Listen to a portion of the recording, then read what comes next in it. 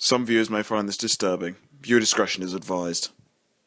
You guys are gonna see some weird things in the recommended video section, huh? Now, when SpongeBob does something so horrendous, they tend to do it only once. And praise the Lord for that. There's only one Splinter, and there's only one Appel for Gary. However, there is one area they don't relent ever, and that's turning the entire universe against Squidward. There are two reasons that I'm doing this as a list. Number one, it's that it's going to get really old if I do a dozen different reviews about episodes that are all bad in the exact same way. You can only say that putting Squidward at the ass of your jokes doesn't automatically make them funny in so many ways. The other reason is that they've done this so many times, this is the only way I could put it into perspective. Let me put it this way. I am reviewing the 10 worst episodes of the exact same basic premise. I've disqualified Squid Baby and Squid's Visit, and there are about 7 others that I've considered for this list but didn't piss me off enough to include. That is 19 episodes where the basic plot is that we're treated to Squidward's pain and agony because the writers think it's funny. I mean, it had to have worked at some point, right? It was funny once upon a time and gave us episodes like Squid's Day Off, Opposite Day, or Club SpongeBob. So what happened?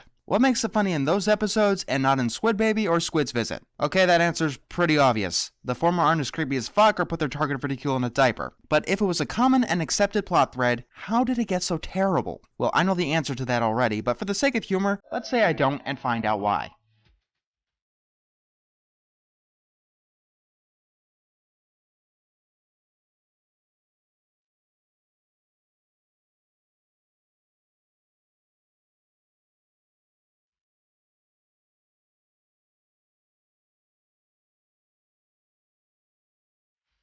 You know the funny thing about doing lists like this? When you do it as honestly as possible and analyze your choices, you rarely get what you would expect. When I started this list, this episode was originally like number 4, but through a combination of reevaluation and watching some new episodes for the first time, it got knocked back by some stiff competition. So let's talk about boat smarts. First of all, let's knock out the elephant in the room. Some may be tempted to call this a ripoff of the Krusty Krab training video. I don't agree. This is more of a certain style, similar to Family Guy's Road 2 series. That being said, that is the only defense I can muster for this shitty excuse for an episode. This episode tries to show us the difference between a driver with boat smarts and a driver without boat smarts. A driver with boat smarts gets maimed, tortured, and beaten for doing the right thing, while a driver who doesn't goes through the whole episode unscathed. Now, in a pre-movie episode, Squidward would have gotten torment because he would be too arrogant to think he needs to follow proper safety procedures. In these modern episodes, he suffers torment because he's Squidward, and for no other reason whatsoever. Now, there are two particular reasons that I thought this episode would be higher on the list. The first reason is that Squidward is getting punished for proper safety precautions. You know, like wearing his seatbelt.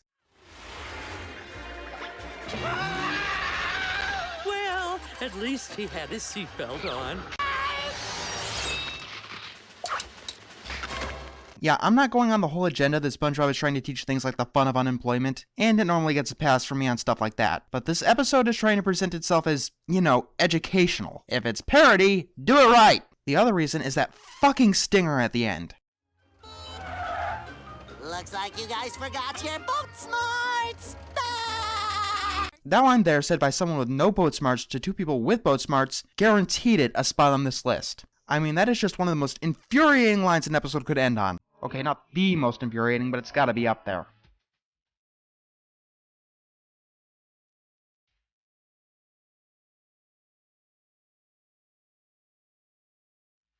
Alright, let's get this out of the way. Ow! Okay, it's on my foot. Okay.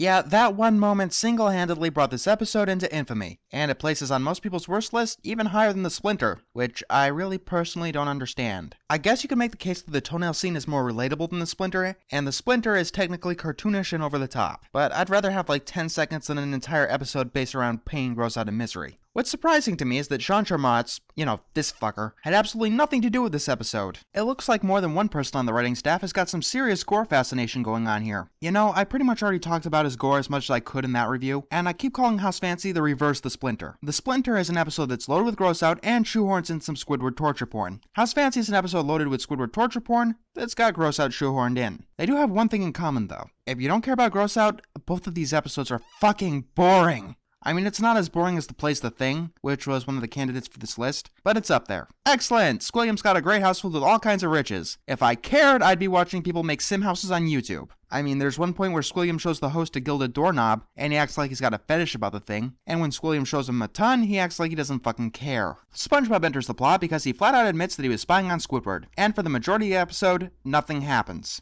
If it wasn't for that fucking toenail scene, then no one would ever bring this episode up. Part of me thinks that that's kind of why the writers did it, but for the most part, there's nothing really to talk about here. Why isn't it higher on the list? Well, for one, Squidward actually won in the end. The only other torture porn where Squidward won that I can think of is Keep Bikini Bottom Beautiful, but that one didn't have a toenail scene being brutally ripped off, so it was at a disadvantage. And that's the other reason that House Fancy isn't higher. It had some stiff competition of worse writing, more annoyance, and more torment to Squidward.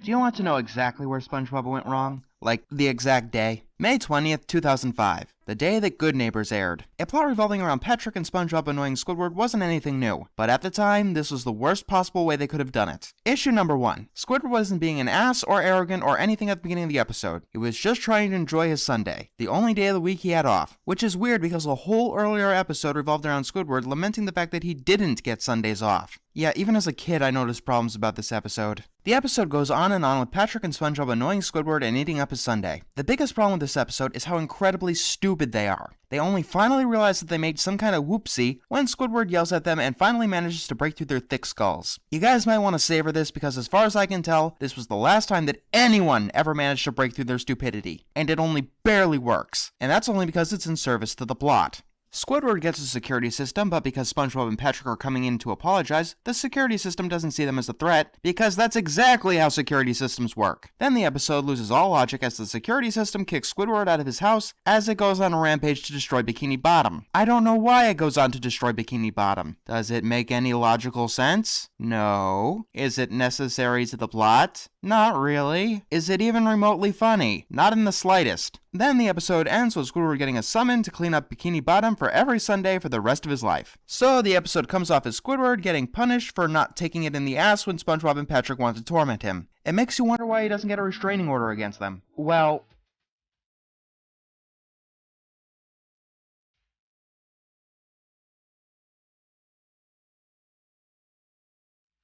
you ever wonder why Squidward doesn't take legal actions against SpongeBob? Well, he did. Once. In a terrible, terrible episode. My last 3 choices were all interchangeably bad, and I could have put them in any order. So now we're getting into the episodes that enrage me. In fact, I'm really surprised that this particular episode doesn't get more hate. Granted, I hadn't seen it myself before I started making this list, but I'm sure someone somewhere else has to have seen it and seen how horrible it truly is. It seems to start like a typical SpongeBob annoys Squidward plot, until they get to the Krusty Krab. What follows is one of the most uncomfortable sequences I've ever seen in the show. Dead fucking serious. In most of these episodes, the writers don't know they're going too far because they're incompetent as all hell. Here, they are intentionally trying to go too far with Squidward's torment, and it quickly becomes hard to watch. In fact, it seems like they stuffed everything wrong with modern SpongeBob into a 1-minute long window. Squidward torture, SpongeBob making things worse through stupidity, and Mr. Krabs caring about money more than life. At the end, Squidward snaps. The next day, he gives SpongeBob his own restraining order. If SpongeBob violates it, he will go to jail. Now here's the main problem with the episode. SpongeBob is close to his original personality, making Squidward seem like the bad guy for trying to keep SpongeBob away from him. If there's anywhere he should be back to normal, it shouldn't be here. So, there's no SpongeBob to torment Squidward. What are our clever, sadistic writers to do? Use Patrick! If I ever make another list like this, it's going to be the top 10 worst Patrick's a Prick episodes, because that's the other overused way of being terrible on the show. And yeah, they double dip a few times. The rest of the episode goes on to have Patrick annoy Squidward, and by extension the audience. And the question arises of why the fuck Squidward doesn't get another restraining order. And the way that Squidward gets tormented are, let's call them forced. Grammy, I brought your favorite, seaberry pie. And Squidward is allergic to that pie for this one moment only. Since he's got bumps on his face, Patrick thinks that Squidward is a monster who is after SpongeBob and attacks him. SpongeBob violates his restraining order to break them up. Then Squidward replaces SpongeBob's name on the restraining order with Patrick's. Patrick starts laughing hysterically, and the episode just stops. Yeah, that's how it ends. It's never mentioned if Patrick was under a restraining order in any other episode. Guys, you gotta end the stories you're trying to tell. I mean, is that too much to ask for?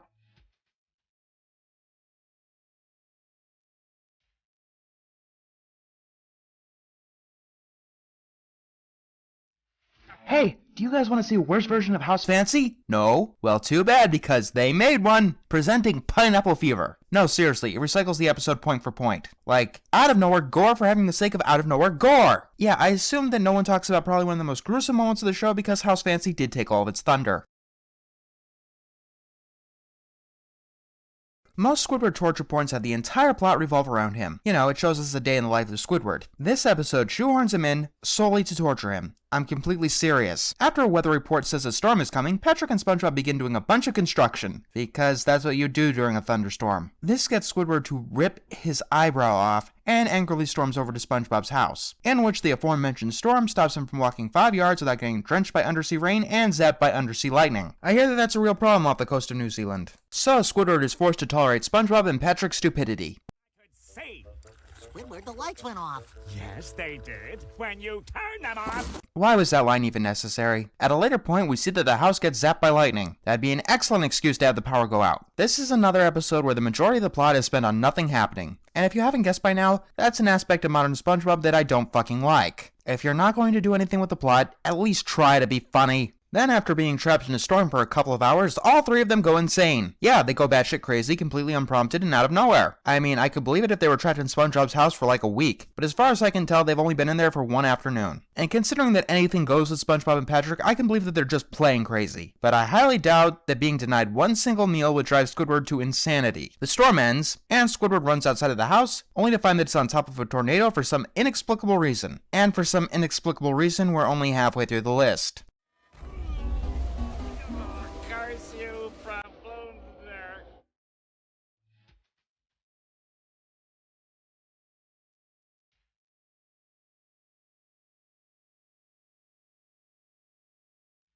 My god, this list is going to kill me. Now we're getting into the real shit. We're now into the stuff that comes to most people's mind when they think of Squidward torture porns. And to start it off, let's go with Cephalopod Lodge. Jesus fucking Christ, where do I begin? Let's start with the fact that the episode begins with Squidward happy.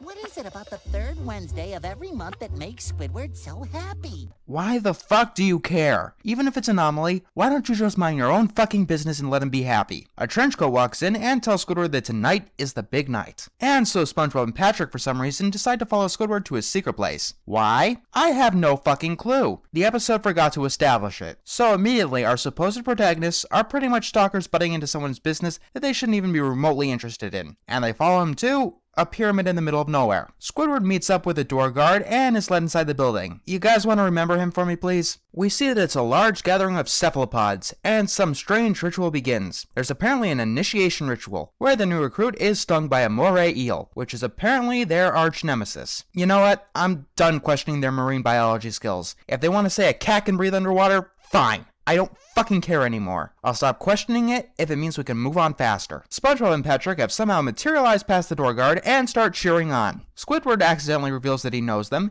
and that he led them to the lodge, and he gets kicked out. Yeah, Squidward may have led them there, but don't you guys have security? Like, I don't know, a door guard which requires a secret handshake? Might be a good idea to have one of those around. Just saying. Patrick and SpongeBob try to say it wasn't Squidward's fault that they got into the lodge.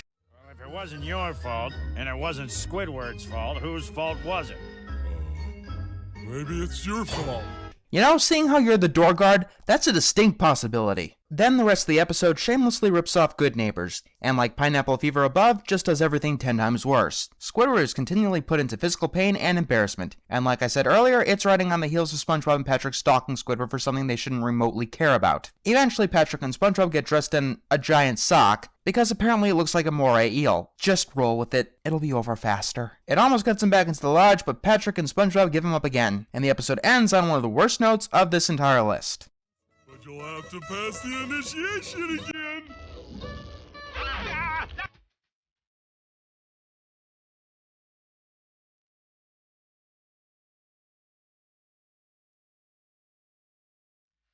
Remember earlier when I said that I could also make a list of the worst Patrick's a Prick episodes? If I did, Smooth Jazz at Bikini Bottom would rank pretty fucking high on that list. You see, most Patrick's a Prick episodes have the courtesy of at least explaining why he's in the plot. We don't get that here. Apparently, Squidward has tickets to Kelby G's concert. It's weird how often he and his music ends up in Squidward torture porns. Anyway, Squidward refuses to let SpongeBob see his ticket out of fear that it'll be destroyed. So, out of nowhere, Patrick eats it. With no second thoughts. Or first thoughts for that matter. or anything other than a manner of destroying the ticket. Luckily, there's still one way to get the tickets, and some backstage passes to boot, by being the lucky caller on a radio station. And it turns out that SpongeBob is that lucky caller. So the two of them get to go to Kelpie G's concert, but SpongeBob isn't exactly that type of person. We get hit with a few minutes of boring filler before the concert actually begins. Then Patrick appears out of nowhere asking for ketchup for his nachos. Alright, how the fuck did he get in? It was clearly established that people needed tickets to get into that concert. Are you trying to say that Patrick... Oh God! Oh fucking God, no! Why the fuck would you put that image in my brain? Oh wait, even that doesn't make any sense because of this line here.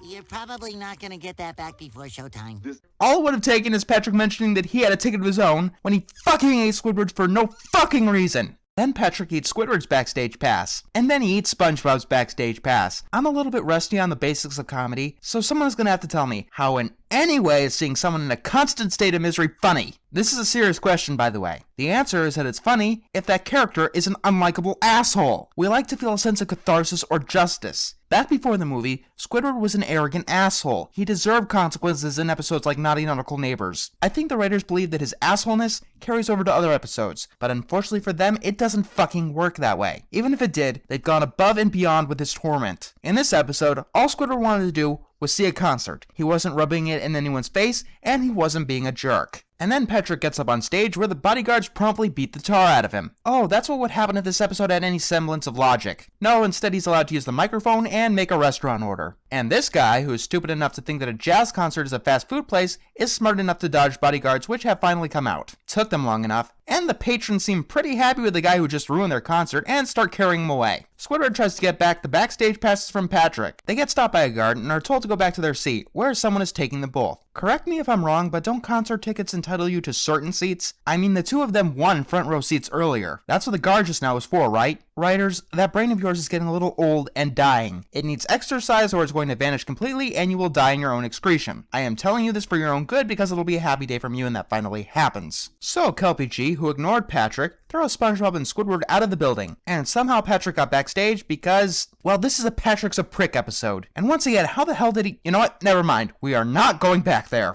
SpongeBob and Squidward run into a suit, and the episode actually gets Squidward to beg. It took them 8 seasons, but they finally got him to do it. Is this what you guys wanted? Or did you just want him to hang himself? What else would they be doing this shit for? SpongeBob plays his ukulele, Kelpie sees him, and signs him to the act. 3 episodes to go, and I want to fucking kill myself.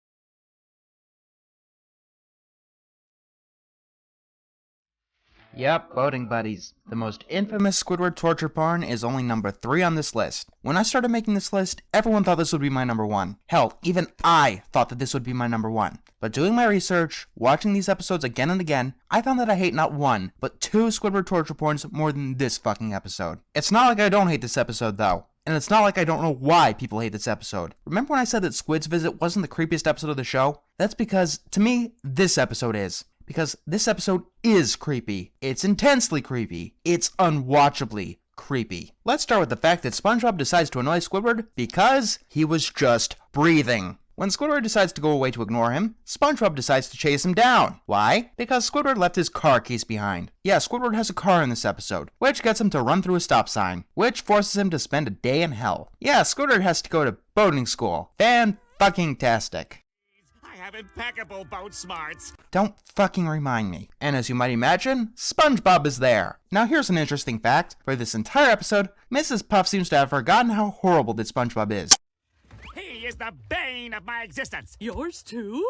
What I meant is that she doesn't seem to fucking care. And then we get into the creepy aspect. SpongeBob seems to have a rather unsettling attraction to Squidward that constantly surfaces throughout the entire episode. When the episode isn't focusing on the stalker with a crush, it's focused on giving Squidward beating after beating. And what was Squidward's crime in this episode? Trying to get away from SpongeBob. For doing that, he's forced to be stuck with SpongeBob. For getting pissed about it, he ends up getting beaten up. For no fucking reason, Mrs. Puff forces Squidward to drive with SpongeBob, despite knowing how dangerous SpongeBob is, knowing that Squidward also hates SpongeBob, and never having partners drive in any other episode ever. This leads to a random shrink ray incident that ends up with Squidward being beaten up and ending up in a body cast. Because he's in a body cast, he ends up failing the test, which any normal teacher, or Mrs. Puff in any other episode, would allow him to take when he's not injured. and so he gets sentenced to another week in boating school. The worst part of this episode is obviously the ending, where after being righteously pissed, Squidward yells at SpongeBob, and circumstances forces him to call SpongeBob his boating buddy, and Squidward fails anyway. Which means next week the same shit will happen, but even worse. So yeah, boating buddies is heinously bad. The only question is what could possibly top it.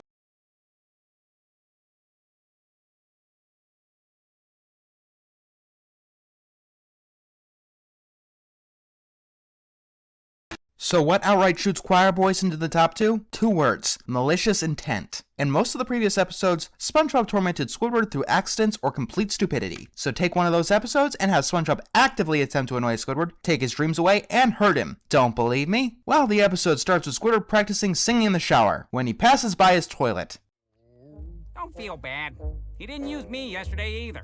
Are you suggesting that Squidward doesn't— Oh, God! What the fuck is with these episodes and their suggestions of shit? Outside, Squidward passes by SpongeBob and smiles because he's feeling down. Remember this because apparently this is the most heinous crime that one could possibly commit. It's used to give justification for SpongeBob trying to nag Squidward, chase him down, dig a giant pothole to quote-unquote get Squidward's attention, which forces him to be surrounded by jellyfish. Stuck in the jellyfish, SpongeBob.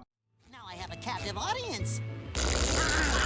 It's like that one line is all that I needed to see each and every one of these torture porns as purposeful on SpongeBob's behalf. It continues to sing as Squidward gets repeatedly zapped. How is this funny? Just because Squidward is at the ass of your jokes does not automatically make them funny.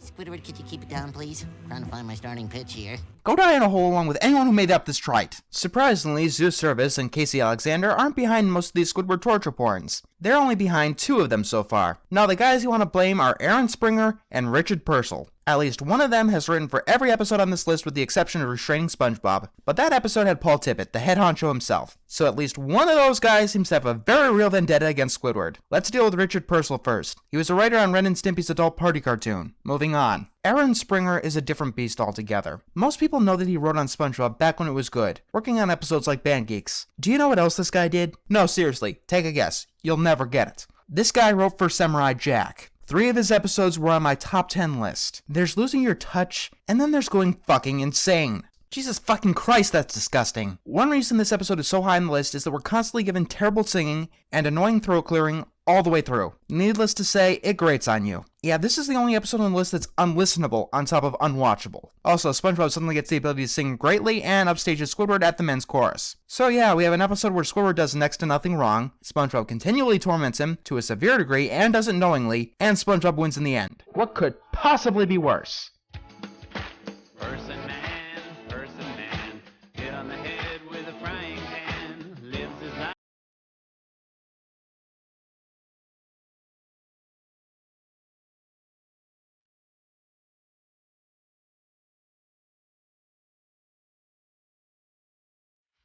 Now, I don't think a lot of people will agree with me here, because when it comes to worst SpongeBob episodes, I always give a more abstract answer. I seem to hate more what each episode represents, rather than its overall production. So bear with me as I present my number 1, which is probably an episode you most likely don't care about. Presenting A Breath of Fresh Squidward. Most of you are probably thinking that it does belong on the list just further down, and definitely not number 1. Well, let me try to explain why I hate this episode so much. The episode starts with SpongeBob and Patrick watching Squidward sleep. Apparently a favorite pastime of theirs is watching the sunrise in Squidward's bedroom. And then we see a book of all of the main holidays, while it looks like Squidward is about to have an aneurysm.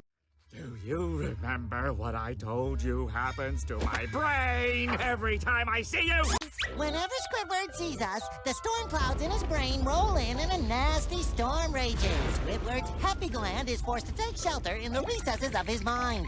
As far as I can tell, they believe this story. Yeah, I'm calling this episode the worst Squidward torture porn, taking every one of those other ones into account. This time, Squidward tries to use an electric fence to keep SpongeBob and Patrick out. And of course, the 2 of them think they're invited to a fence warming party. So, Squidward catapults them away and turns on the fence. Considering Squidward's experience with home security, we all know that this isn't going to work for a second. Yeah, somehow they get catapulted back into Squidward's fence. He angrily touches the security gate, which gets himself electrocuted. SpongeBob and Patrick are totally unaware that Squidward is being electrocuted in front of them, despite being repeatedly stung and shocked by electric jellyfish. The electroshock switches Squidward's personality entirely. He wants to go to the petting zoo with SpongeBob and Patrick, so Squidward is actually happy. Even SpongeBob sees that Squidward is happier, and he says that with a smile. Remember that. Things get interesting when Squidward sneaks into SpongeBob's house. Why SpongeBob didn't sneak into Squidward's house that morning, I have no idea. But as you can see, this episode is giving SpongeBob a taste of his own medicine. Like most episodes that end up at the top of my worst lists, they do something right. SpongeBob has to deal with his own SpongeBob, and let me just say that after everything I've seen, it's really fucking cathartic. And you, Mr. Smiley Face Krabby Patty, no one can come between us. I know this doesn't have anything to do with anything, but this episode's sister episode is To Love a Patty. Now here's what really sticks it for me. Squidward is acting like SpongeBob. You know, the fucking annoying one that sneaks into Squidward's house. And the episode itself sees him as an antagonist. Every time Squidward tries to do something that SpongeBob usually does, he's treated like a creep. So yeah, the writers, or the entire universe, is a hypocrite. Good to know. You know, he might be as good a fry cook as you. You know, I'd be more sympathetic with SpongeBob here if the episode didn't begin with him admitting that he breaks into Squidward's house and watches him sleep every single morning. Not to mention all the other fucking stuff I've seen. Okay, I normally don't criticize animation errors, but how the hell do you miss the grills in the background? So it turns out that Squidward is a better SpongeBob than SpongeBob, and ends up becoming the new Employee of the Month. Once again, after all the shit I've seen, it's extremely cathartic. And like I said, this episode keeps expecting me to feel sorry for what's happening to SpongeBob, which is not going to happen. SpongeBob, you deserve a SpongeBob of your own. Even the SpongeBob we get in this episode deserves his own SpongeBob. Hey SpongeBob, can I please get a side of fries with those tears? On second thought, they're delicious enough by themselves. Oh sorry, do I sound like an asshole? Did you notice everything that I saw this creature do? Then there's a party at Patrick's house, and SpongeBob is still crying. Seriously dude, you lost an award. Get over yourself. How's the cake, SpongeBob? See SpongeBob, he's not being an asshole. He's asking these questions in earnest. See how it fucking feels? And Pogo dancing with Patrick seems to be SpongeBob's final straw. He snaps and basically becomes a whiny spoiled brat, and kicks Squidward out of his own party, in someone else's house, and everyone else continues the party. This forces Squidward to cry, which I actually do feel sorry for, which causes him to electrocute himself. You know, despite the fence blowing a gasket earlier. Like I said, it's not so much that this episode has the most torment given to Squidward, or even that it's the worst put together. It's that the episode expects me to buy the SpongeBob that I've dealt with in Boating Buddies, in Choir Boys, in Cephalopod Lodge, in Good Neighbors as the good guy, and the Squidward in those very episodes as the bad guy. Let's just say that that's perhaps the most insulting thing that a writer can try and do. If SpongeBob learned that being an annoying menace that makes Squidward want to slit his wrists and hang himself in this episode, then it would probably be decent. Hell, it might even be great. But it's that little touch that slides it right into the worst.